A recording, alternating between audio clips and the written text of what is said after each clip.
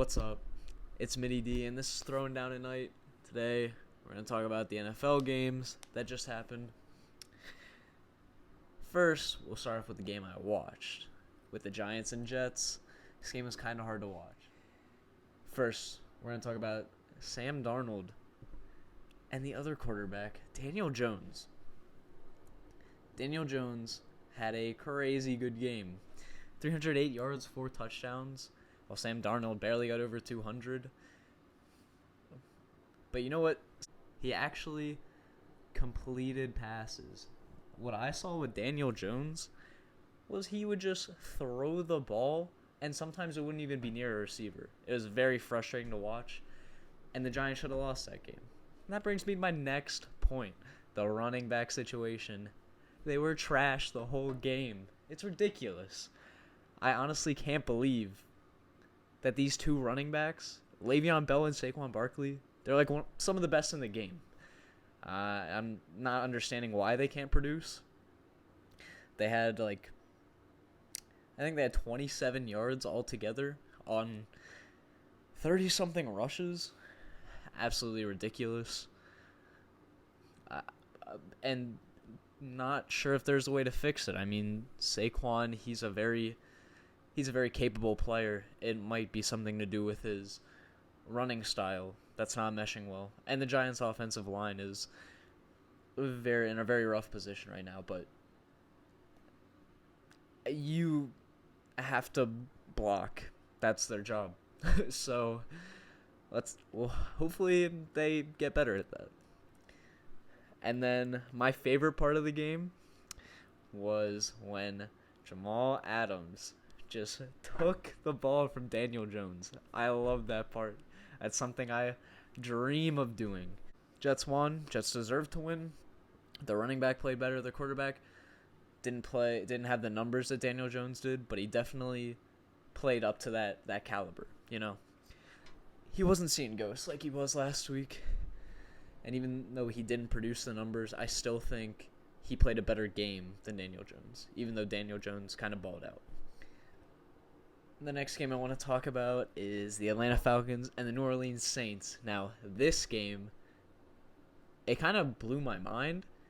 I always believe in Atlanta because they're my favorite team. But seeing them beat New Orleans this bad, it was really interesting. Now, I didn't get to watch the whole game, so it's kind of difficult to analyze what's going on and what New Orleans can maybe do better.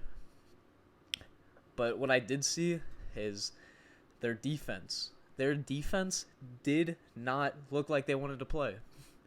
And now Atlanta's offense is good. But New Orleans' defense is extremely capable.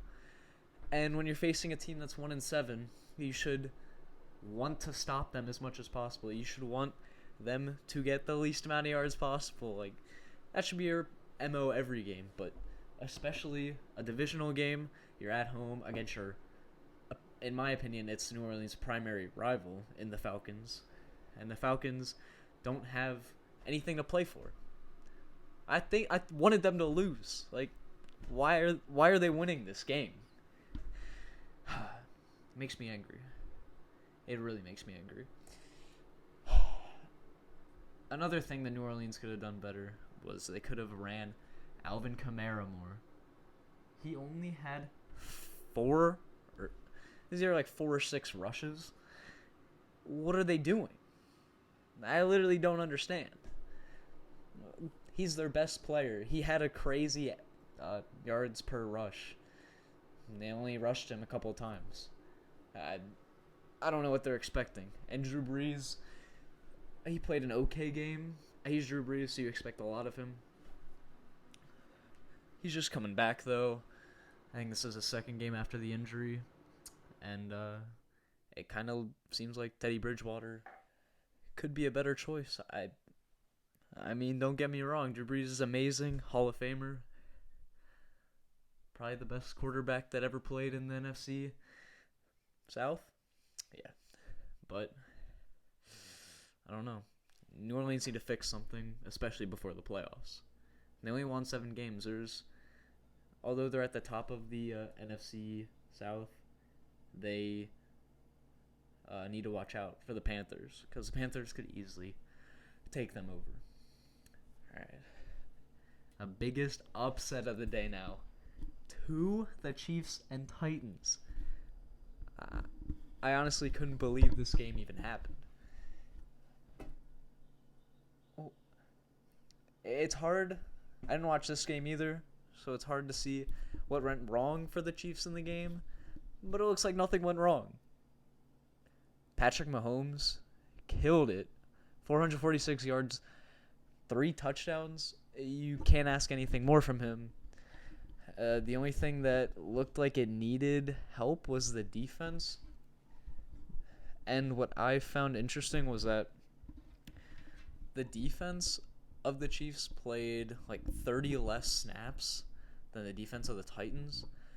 So you'd think just by that statistic, the Chiefs' offense is out more than the Titans. They probably have a longer time of possession.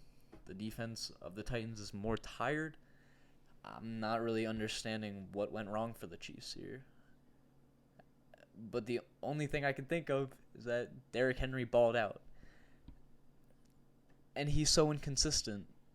So it's super hard for a team to game plan against the Titans. And that's what could make them deadly. And that's why they're still in the hunt. They still have a chance in their division with the Texans. Like the Texans are really good, but the Titans can just surprise you, obviously, like they did today. But long story short, the Tennessee's defense just kind of played great. They made basically no mistakes. I mean, you're playing Patrick Mahomes. He had a crazy game, but you beat them. You held them to under the points you had, and I don't think that's something you can count on, but it certainly worked for the Titans this game. All right, those are the 1 o'clock games I'm going to go over. I haven't really had time to check out the other ones, although I'm surprised the Lions lost to the Bears. I thought the Bears were kind of bad, but I guess without Matthew Stafford, it's really hard for a team to win without the MVP caliber player of Matthew Stafford and without their first string running back and their second string running back got hurt. Tough day for them. So in the 4 o'clock game time slot, we'll check out the Rams and Steelers. This is a game that I watched again since I'm on the East Coast. There wasn't a lot of good games to pick from. I would have much rather watched the other 2 games. In the Indianapolis losing to Miami. I mean, what is Miami doing? I thought they wanted to lose. And now that they're winning, it looks like the people that left the team especially kind of look like clowns. Because they look like they left the team to try and get on a better team so they might have a Super Bowl chance. But maybe it was the players' fault. Maybe they weren't playing hard. Because the players that left were really good. And so they're playing really well for the teams that they went to, but also the Dolphins are playing really well without them. And I'm really interested in how the Dolphins are going to use this, because they can use it to their advantage. They'll be like, if you want to play here, we have some really good players, and we're very talented, as you can see. Although they do need a quarterback. All right, we'll go back to the Rams-Steelers, because that's the game that I know a lot more about. And I'm not going to lie, this game made me want to fall asleep. I was watching it, and as I was watching it, I just lost interest. Especially in the beginning of the third quarter. The offenses were playing so incompetent that it made me fall asleep. Let's talk about the running game for the Pittsburgh Steelers now. I think they're missing James Conner because Jalen Samuels and Brooks James, that's his name, Brooks James. I can read my writing. They looked really bad. And I think Brooks James has talent, and obviously Jalen Samuels does because they were using him earlier in the year in the Wildcat. But this game against the Rams stopped them so easily. Every time that the Steelers rushed the ball, they were only getting 2 yards. It was really predictable. And I think that's one thing the Steelers have to change. Since they have a lot of inexperienced players on their team, they need to change their strategy because they are getting very predictable. And they're honestly lucky to come out with a win here. And it's because the quarterback play. I think Jared Goff played a much worse game than Mason Rudolph. I kind of like Mason Rudolph. He's an Oklahoma State guy. And he actually plays very well for what he is. He's a backup quarterback. He's not Ben Roethlisberger.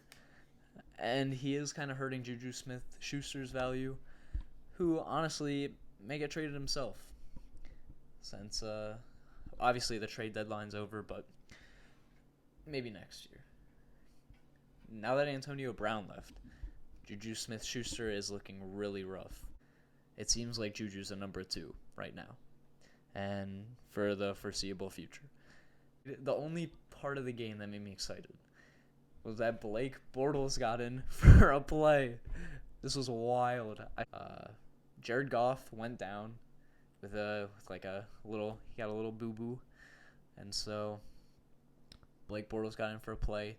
He bobbled the snap because he wasn't expecting it, because obviously they put him in shotgun because they're not going to put him under center because he hasn't practiced with the center.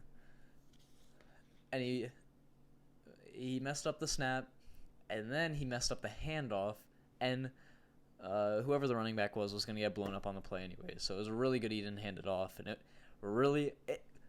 because he's not a running quarterback, it really threw off the defense. And if he would have ran right there, he would have gotten the first down for his team. But you know what? Blake Bortles decides to wait like a second and a half.